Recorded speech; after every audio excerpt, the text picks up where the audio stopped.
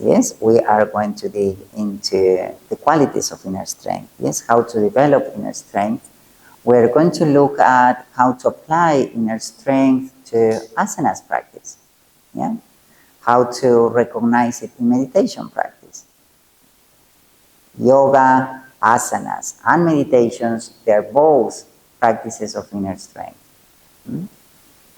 And probably we'll also talk about the first archetype, yes, that we facilitate in the school, in what we call the archigram. Yes, we'll talk about this archetype. Yes, that is the archetype of inner strength. We call it the warrior submissive archetype. Yeah?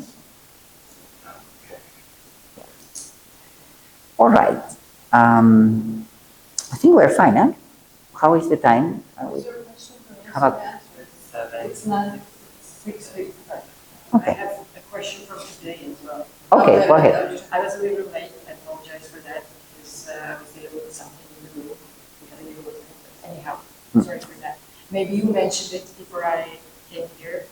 Inner strength, like when you mentioned it, inner strength. What I imagine is determination, resilience. Is there anything else that maybe you discussed and I missed?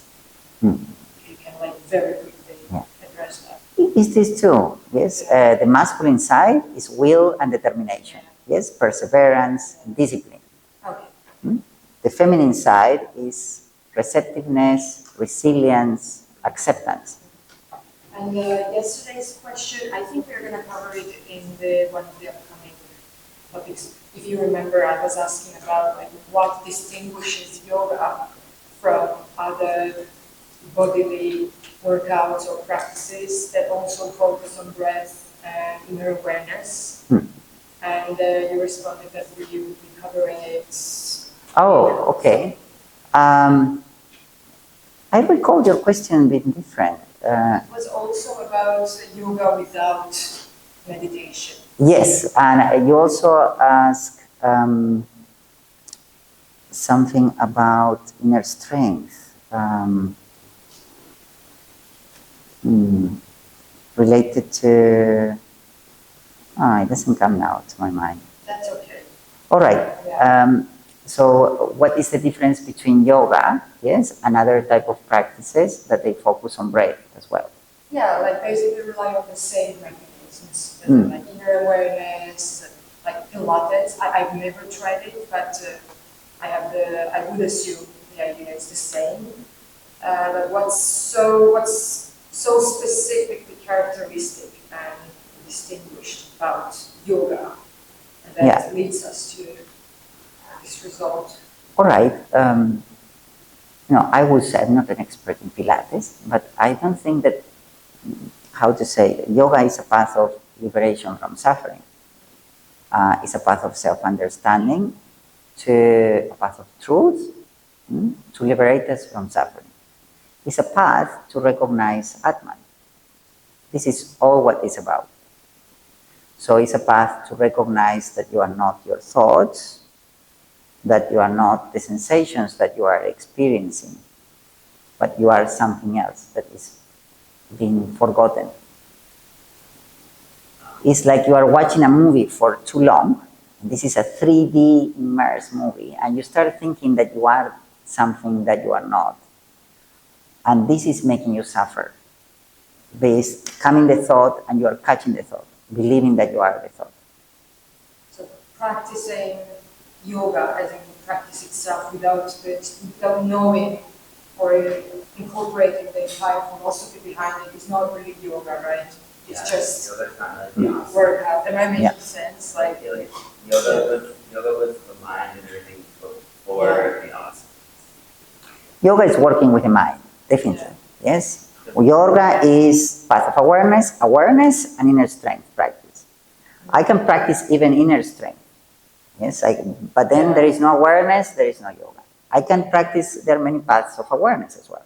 But they don't practice inner strength, there is no yoga. Because there are like so many different types of yoga nowadays. Yes, and every style is focusing on something different, and every style has a different approach to inner strength. It's not the same to do asanas with a yin practice, yes, to do yin yoga, than to do vinyasa. The asanas that I'm going to use are going to facilitate a very different type of energy. Yeah. But then I can do also asanas, and it's not yoga because I'm not developing self-awareness from it, and the practice is not designed to develop inner strength. So I'm just making it a workout. I can still call it yoga, but in my opinion, that's not yoga. This is just a physical practice using asanas, but I'm not learning anything from it. I'm not transforming my experience into self-understanding. So if there is no wisdom, if I'm not gaining wisdom with the practice, I cannot call it yoga. Yoga is a path of truth and it's a path of wisdom. So let me think about that. I would say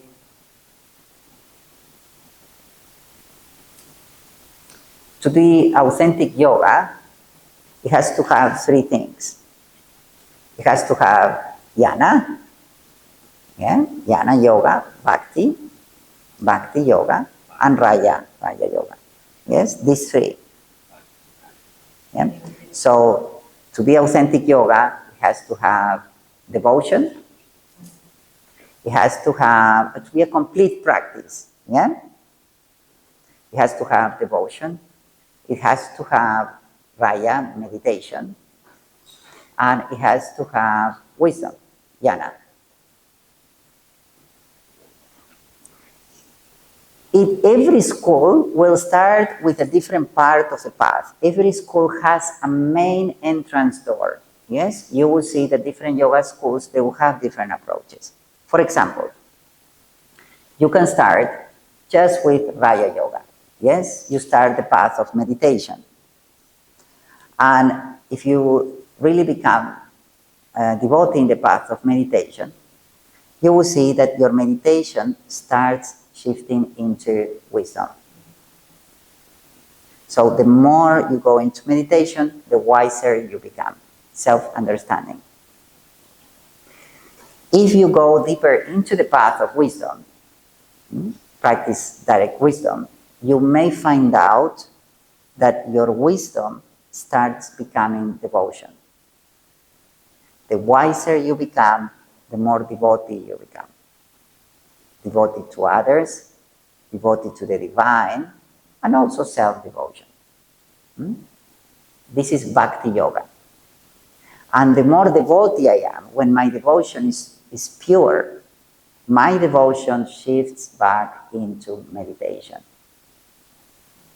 So these three, that they look separate, they are the three, the tripod of yoga.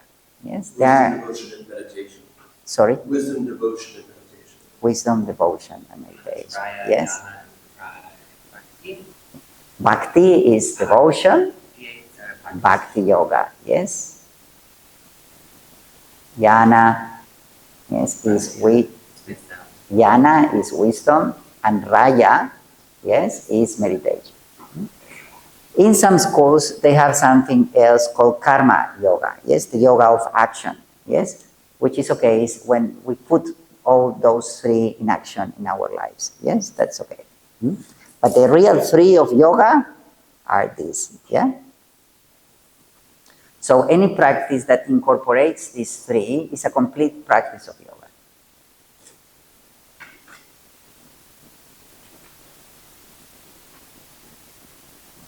Okay.